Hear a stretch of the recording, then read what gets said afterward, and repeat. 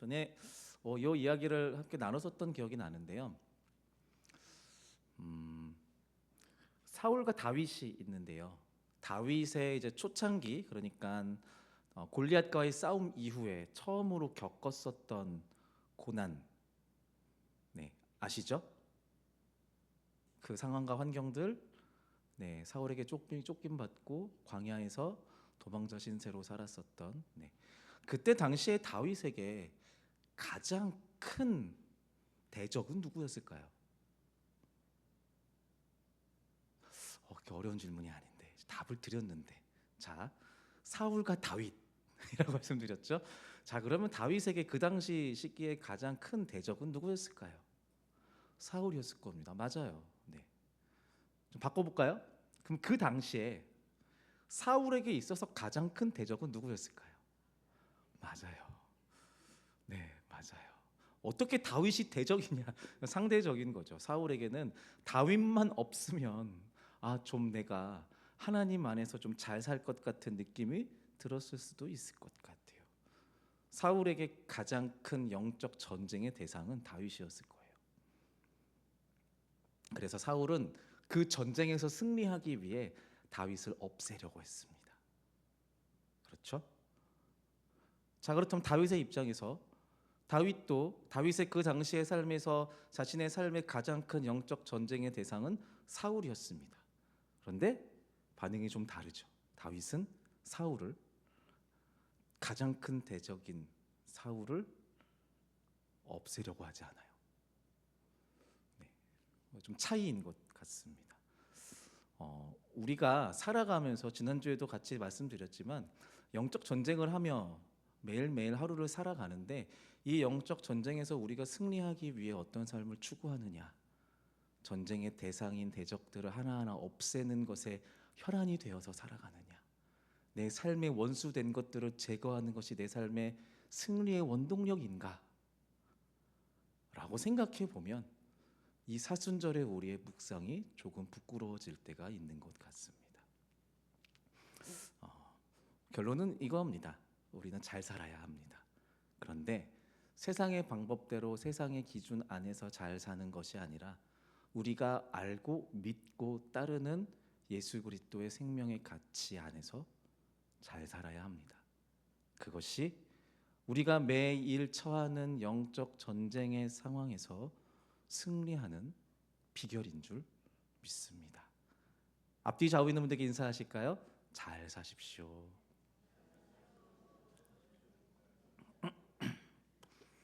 네, 사울과 다윗에 대한 이야기를 잠깐 했는데요.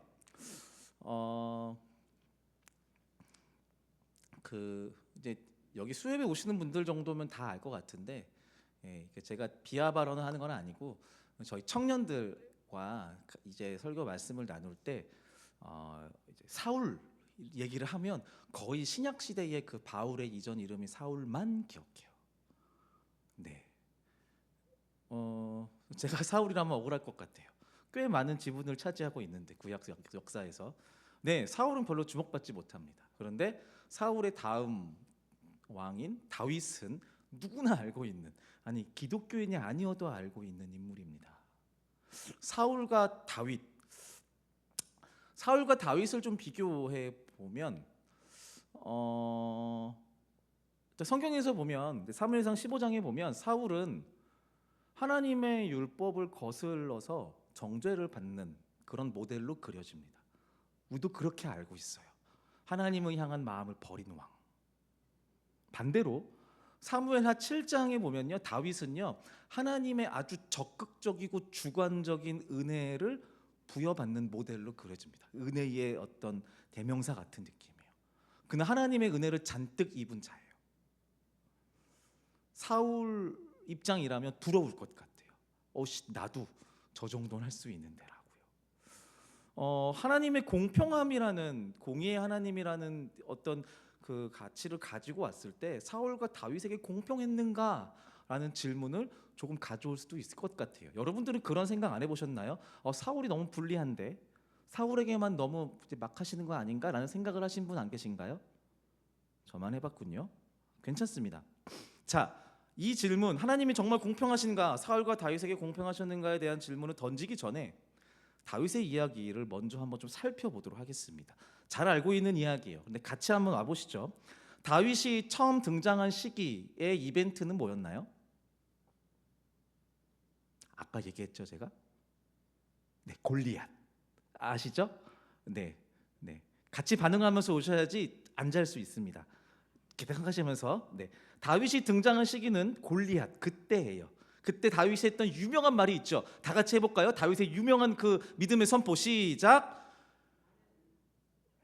야, 나는까지 하셨어. 맞 정답이에요. 나는 내가 능멸하는 여호와의 이름으로 내게 가노라. 너는 천군과 칼을 의지하지만 나는 만군의 여호와의 이름으로 내게 가노라.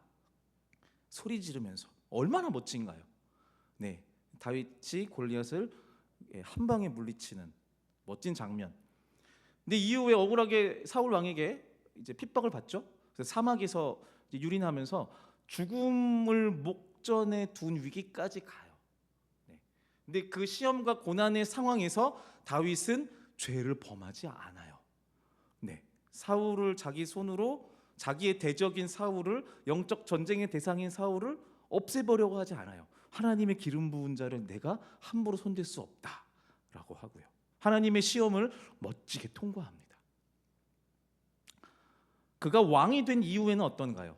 하나님이 동행하는 다윗의 앞을 가로막을 이방 민족 따위는 없습니다. 싸우는 전투마다 완벽하게 승리해요. 그리고는 말 그대로 이제 가호라고 신앙의 가호가 가득 차가지고 하나님 앞에 서원합니다. 어떤 걸 서원해요? 내가 하나님의 집을 만들겠습니다. 제가 집 져드릴게요. 하나님 너무 좋거든요. 멋진 집 하나 제가 지어드릴게요. 저 그런 능력 돼요 라고 해요. 그런데 거절당하죠. 아니 너 말고 네 아들 때라고 얘기해요. 그리고 이어서 하나님이 다윗에게 축복의 약속을 건네세요. 뭐라고 하시냐면요, 이렇게 사무엘하 7장 9절의 말씀에 내가 가는 모든 곳에서 내가 너와 함께 있어 내 모든 원수를 내 앞에서 멸하였은즉 땅에서 위대한 자들의 이름같이 내 이름을 위대하게 만들어 주리라.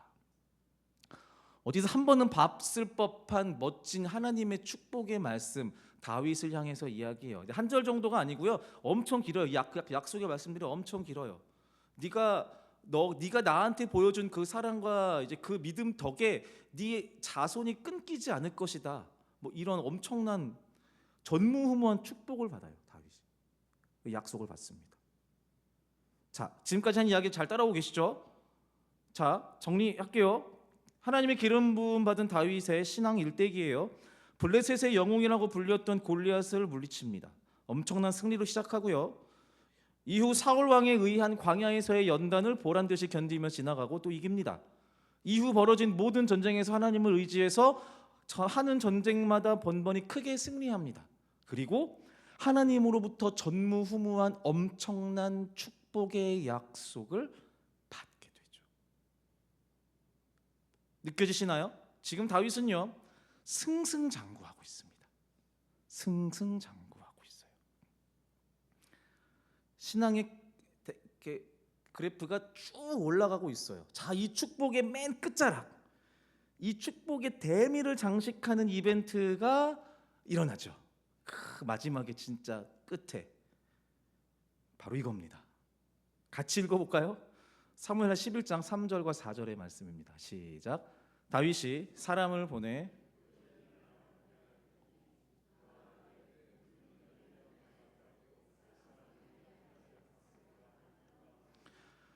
다윗이 전령을 보내어 그 여자를 자기에게로 데려오게 하고 그 여자가 그 부정함을 깨끗하게 하였으므로 더불어 동침함에 그 여자가 자기 집으로 돌아오라. 네, 뭔가요? 간음입니다. 간음. 완벽하게 성공 가도를 달리고 있던 다윗이 이렇게 무너집니다. 자, 이 이야기를 우리는 떼어놓고는 잘 알고 있어요. 밧세바를 간음한 다윗. 그런데 다윗의 성장 스토리를 모두 알고 있는, 그러니까 소위 다윗의 유소년 시절, 골리앗에게 짱돌을 던지던 그 유소년 시절부터 팬심을 갖고 다윗의 일대기를 지켜봐왔던 사람들에게 지금 이 상황에서의 다윗의 간음 사건은 가히 충격적이에요. 하나님과의 동행과 축복의 최고봉을 찍어야 하는 그 하이라이트에 말 그대로 나락을 갑니다. 이게 이해가 안 됩니다. 왜 그러는 걸까? 다윗이 도대체 왜? 뭐가 부족해서? 뭐가 더 필요해서? 한 발자국만 더 가면 되는데 왜 하필 여기서?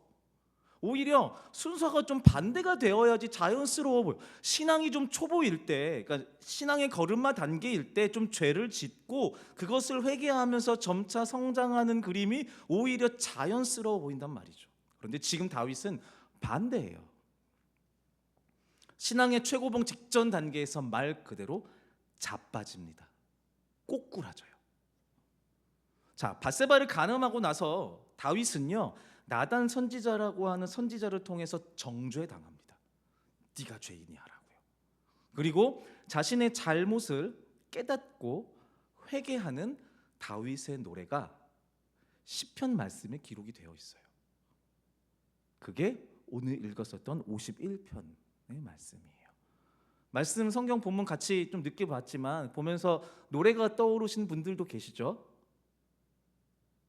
한 명만 고개를 끄덕였으면 같이 노래할까 했는데, 네. 정결한 마음 주시옵소서 오 주님. 이따가 또 부를 거니 같이 불러요. 우리가 잘 알고 있는 찬양이 이게 다윗의 회개에 관한 내용이 담겨 있는 노래예요. 밧세바를 간음하고 나서 정죄 당한 후 회개하면서 노래한 거예요. 그런데 이 시편 51편에 우리가 잘 주목하지 않는 기도의 문구가 있거든요. 5절 말씀인데요. 같이 한번 읽어볼게요. 5절 말씀 시작. 내가 죄악 중에서 출생하였으며.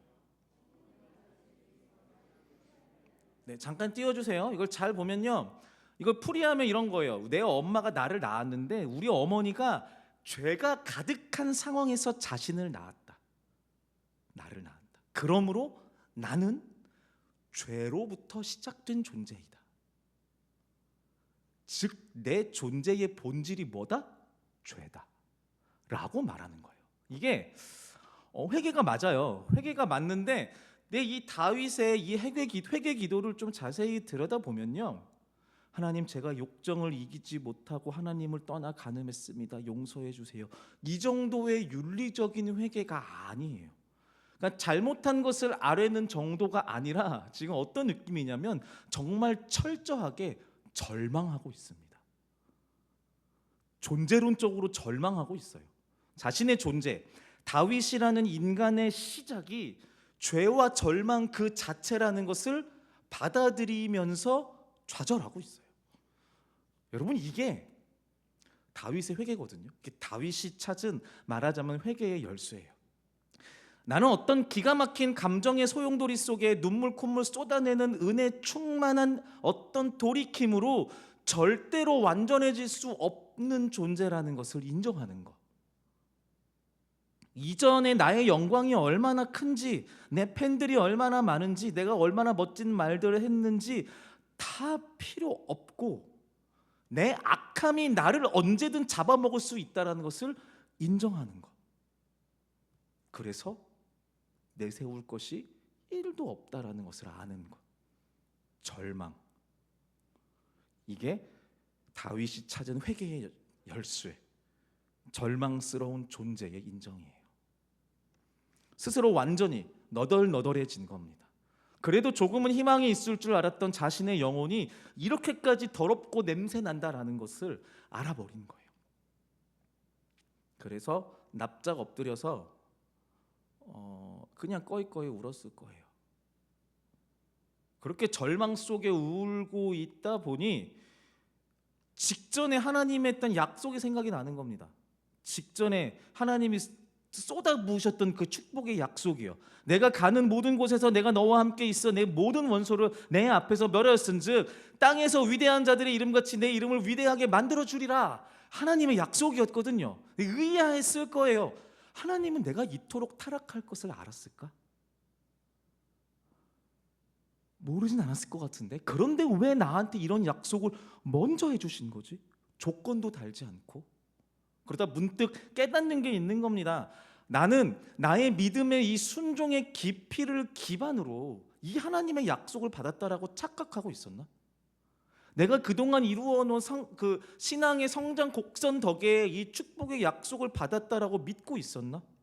나는 내가 이렇게 쭉 하나님 앞에 순종하는 삶을 살 줄 알았는데, 최후의 멋진 신앙의 마침표로 내가 찍을 줄 알았는데, 혹시 하나님은 나의 타락과 절망을 미리 알고 계셨을까? 그런데 그걸 알면서도 나한테 이런 약속을 부어주시는 것인가? 민망하면서도 그 약속은 변치 않는다는 것을 알겠고, 나는 그 약속을 받을 자격이 없고 그 받을 자격이 있다라고 착각했던 것도 떠올라서 더 민망하고 미치겠는 거예요. 죽겠는 거예요. 죄송스럽고 감격스럽기도 한데 감사라는 말도 안 나요. 그러면서 생각하는 겁니다. 그럼 나는 하나님께 뭘 드릴 수 있을까? 나는 하나님께 어떻게, 무엇으로, 어떤 반응으로 나가야 하는가? 하나님의 집을 드리겠다라는 서원 했었는데 이미 주님은 그것이 필요 없다라고 하셨지. 내가 변치 않는 순종을 주님께 드리겠다? 하나님을 떠나지 않고 죄로부터 멀어지겠다는 약속을 내가 드릴까? 아니, 나는 그것을 지킬 수 없는 절망스러운 존재인데, 그 약속을 약속할 수 없는데, 생각하면 할수록, 파고들면 들수록 나의 나됨은 절망을 뚫고 바다 끝까지 가는 겁니다. 드릴 것이 없습니다. 죄의 본질 같은 존재인 다윗을 향해 밑도 끝도 없이 축복의 약속을 부으신 그 하나님께 반응할 수 있는 것도, 드릴 것도, 내어드릴 것도 아무것도 없습니다. 그냥 하나님 앞에 엎드려서 죄에 파묻혀서 냄새나고 있는 내 자아만 남아있는 겁니다. 어디 가서 자랑한다고? 자랑은커녕 부끄러워서 쥐구멍에라도 숨고 싶은 더러운 다윗의 그 자아 하나만 남아있는 거예요. 그래서 다윗이 그 절망 속에 하나님께 이렇게 이야기합니다. 하나님께서 구하시는 제사는 상한 심령이라. 하나님께서 구하시는 제사는 상한 심령이라. 다른 번역본에서는요, 이 상한 심령 이 부분을 찢겨진 마음이라고 표현해요. 하나님께 드릴 수 있는 게 유일한 한 가지가 내 찢겨진 마음밖에 없다라는 거예요. 내가 지금까지 애써서 닦아내고 광내고 예쁘게 포장해서 이제 괜찮다라고 착각하던 나의 자아, 그러나 한순간의 죄로 인해서 그 모든 군더더기들이 다 벗겨져서 이제 날 것 그대로만 남아있는 죄의 본질, 더럽고 죄에 물든 상하고 찢겨진 그 마음, 이거밖에 없는 거예요. 그래서 다윗이 하나님께 드릴 게 이거밖에 없다라고 말하는 겁니다. 내가 생각할 때 나를 설명해 줄 수 있는 확신에 찬 모습과 가치가 모조리 무너져 내린 이 상한 마음이 아마 하나님이 원하시는, 내가 하나님께 드릴 수 있는 유일한 것이고 유일한 방법일 것이라고. 그래서 그것을 들고 하나님께 나아가는 겁니다. 아무리 찾고 찾아도 자신에게서 선한 것이 나오지 않았고 앞으로도 나올 가능성이 없다라는 절망감, 내게서 희망의 한 조각도 발견될 수 없다는 처절한 두려움, 이 감정들을 들고 절망스러운 이 마음을 들고 하나님께 나아갑니다. 이 부분에서 성경에서는 다윗이 이 기도의 시간에 죄를 뒤집어 쓰고 기도했다라고 합니다. 이 죄가 의미하는 게요, 죽음과 파괴입니다. 그러니까 다윗이 지금 뒤집어 쓴 죄는요, 자신의 영광을 죽이는 죄예요. 자신의 공로를 파괴시키는 죄예요. 자신의 영적인 가능성을 침묵시키는 죄예요. 선한 목자로서의 다윗, 골리앗을 물리친 영웅 다윗, 고난을 모두 극복하여 승리한 다윗, 선하고 지혜로운 이스라엘의 왕 다윗, 다윗의 다윗됨을 완전히 죽여놓고 그냥 절망 자체의 다윗 하나만 남은 상태, 주께 드릴 것이 이것밖에 없다고, 상하고 찢긴 심령뿐이라고 죄를 뒤집어 쓰고 그렇게 고백하는 것. 여러분, 이게 다윗의 회개입니다. 다윗의 이야기를 좀 말씀드렸어요. 자, 이제 우리가 이 설교 시작하면서 비교하자 그랬잖아요. 억울한 사울의 이야기를 좀 볼까요? 사울에게만 너무 율법의 잣대를 가혹하게 적용하는 하나님께 해명을 요구하고 싶은 마음이 있을 수도 있는데요. 근데 성경을 보면요, 실은 하나님이 사울에게도 명확하게 하나님이 원하시는 게 뭔지를 알려주셨어요. 이게 때가 어느 때냐면요, 사울이 왕이 되어서 하나님이 명하신 이제 전쟁을 치릅니다. 그리고 하나님의 도우심으로 완벽한 승리를 거둬요. 그런데 사울이 하나님의 명령을 어기고 아말렉이라고 하는 그 민족의 가축과 노예, 왜냐하면 전부 다 도륙하라, 전부 다 씨를 남기지 말고 다 죽여라라고 명령했는데 사울이 아말렉의 가축과 노예를 생존시켜서 데리고 포로로 갖고 오는 거예요. 근데 그 오는 길에 사무엘 선지자, 자신에게 기름 부었던 그 사무엘 선지자를 마주합니다. 사울이 하나님을 거역했다라는 걸 이제 아는 거예요. 사무엘이 사울 왕에게 이렇게 이야기합니다. 우리 같이 한번 읽어볼까요? 네, 아니요, 여기 아니고요. 임금님이 쪽인데요. 네, 임금님이 시작. 임금님이 스스로를 하찮은 사람이라고 생각하시던 그 무렵에 주님께서 임금님께 기름을 부어 이스라엘의 왕으로 세우셨습니다. 그래서 임금님이 이스라엘 지파의 어른이 되신 것이 아닙니다. 자, 이 사무엘의 이야기에서 잠깐 그냥 유지해 주세요. 어떤 것이 보여되냐면요, 스스로 하찮게 여길 때, 사울이 왕으로 세워진 게 사울의 어떤 결과론적인 열매가 아니라는 겁니다. 주께서 세우신 것이지 사울의 공로로 삭슬 받은 게 아니라는 거예요. 그리고 여기에 이어서 사무엘 선지자가 말합니다. 이어서 읽어볼게요. 시작. 잘 들으십시오. 순종이 제사보다 낫고 말씀을 따르는 것이 순종. 순종하는 왕을, 말씀을 듣는 왕을 원하시는 주님이십니다. 애써서 바치는 제물과 휘황찬란한 그 예배에 관심이 없다라고 하세요. 자, 그럼 이 지점에서 둘을 한번 비교해 보는 겁니다. 말씀을 어기고 불순종한 사울이요, 그리고 간음하는 죄를 지은 다윗이요. 둘 다 아이러니하게 각각 사무엘, 나단, 선지자를 통해서 자신의 죄를 대면합니다. 마주해요. 아까 보았듯이 다윗은요, 자신의 절망을 깨닫고 죄를 뒤집어 쓰고 상한 심령을 하나님께 드립니다. 사울은 어떻게 할까요? 같이 읽어볼까요? 시작. 내가 죄를 지었습니다.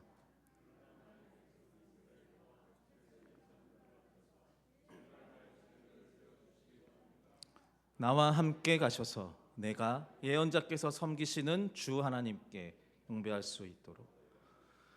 사울은 자신의 절망을 대면하는 것보다 사람들의 시선이 더 중요했어요. 자아가 죽는 것보다 체면이 떨어지는 것이 더 무서웠던 겁니다. 그래서 사울은 온전한 회개에 도달하지 못해요. 상한 심령을 마주하지도 못해요. 그렇게 온전한 회개에 도달하지 못한 사울은 사무엘의 예언대로 멸망합니다. 자, 여기까지 하면은 이제 명확한 교훈이 있는데 좀 현실로 나아볼까요? 다윗이 그렇지, 그렇게 회개해야지. 그런데 이제 이런 생각이 들어요. 다윗은 다윗이지, 천하의 다윗이니까 말이 좋아하고 회개지. 자신의 최저 밑바닥을 확인하고 마치 죽은 자처럼 납작 엎드리고 내 자아를 부정한다라는 것, 내 삶의 죄를 뒤집어 쓰고 산다라는 것, 그렇게 회개하는 것 어렵습니다. 왜 어렵냐면요, 절망을 마주한 나에게 희망은 존재하지 않으니까요. 완전히 낮아지고 나면, 그러니까 내 자아가 정말 완전히 죽고 나면 나에게 또 다른 희망이, 나에게 언젠가는 소망이, 회복이 찾아올 것이라는 보장이 없잖아요. 그래서 아까 샤론 찬양대의 찬양을 이제 같이 우리가 하고 그 얘기를 했잖아요. 무서운 고백. 내 안에 내가 죽고 예수가 사는 것이 얼마나 무서운지 조금 이제 무서울 수 있어요. 이렇게 생각해 보면요, 사울의 입장이 이해가 조금 돼요. 성경을 통해서 이야기를 들여다보고 사울과 다윗을 비교해보는 우리는 저 어리석고 교만한 사울이다라고 손가락질할 수는 있지만 사울의 입장은 달랐을 거예요. 내가 그렇게 만약에 다 버리고 나면, 내가 다 포기해서 낮아져 버리면 내게 다시 이 희망이 찾아올 것이라고, 내게 다시 소망 가운데 살 수 있을 거라고 누가 보장하겠냐는 거예요. 내가 왕으로서 살아갈 수 있는 보장이 있겠냐는 거예요.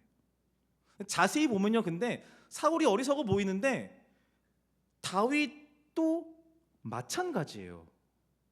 자, 잘 들어보세요. 이 시편 51편의 이 내용이요, 하나님 앞에 완전히 철저하게 상하고 찢긴 심령으로 회개하는 노래이다라고 제가 말씀드렸잖아요. 그런데 그렇게 회개하는 다윗 역시 두려움이 있어요. 두려움이 있어요. 제가 이 구절을 세번역본으로 한번 읽어볼게요. 하나님, 내 속에 깨끗한 마음을 창조하여 주시고 내 속을 견고한 심령으로 새롭게 하여 주십시오. 주님 앞에서 나를 쫓아내지 마시며 주님의 성령을 나에게서 거두어 가지 말아 주십시오. 바닥까지 찍고 나니까 두려워진 겁니다. 다윗도 두려워져요. 내가 용납받을 수 있을지, 내게 다시 기회가 찾아올 수 있을지, 이런 절망뿐인 나를 하나님이 끝까지 용납하실지 두려운 겁니다. 그래서 간구합니다. 뭐라고요? 주님, 나를 버리지 마세요. 주님, 나를 내치지 마세요. 나를 떠나가지 마세요. 저 무서워요. 여기만 보면 우린 이런 생각을 해요. 저런 어리석은 다윗 같으니라고. 넌 이미 용서받았잖아. 하나님의 영과 하나님의 사랑은 너를 떠나지 않아. 약속 받았잖아. 너 까먹었니? 라는 생각을 우리는 할 수 있어요. 그런데 이 다윗의 시편 51편의 이 기도를 보면서 이런 생각을 잘 하진 않아요. 다윗을 향해서 어리석은 기도라고 말하지 않아요. 왜 그러세요? 어리석잖아요. 믿음 없는 것처럼 보이잖아요. 그런데 감히 다윗을 향해서 믿음 없는 기도네라고 하지 않아요. 왜 그러세요? 믿음 없는 기도 맞잖아요.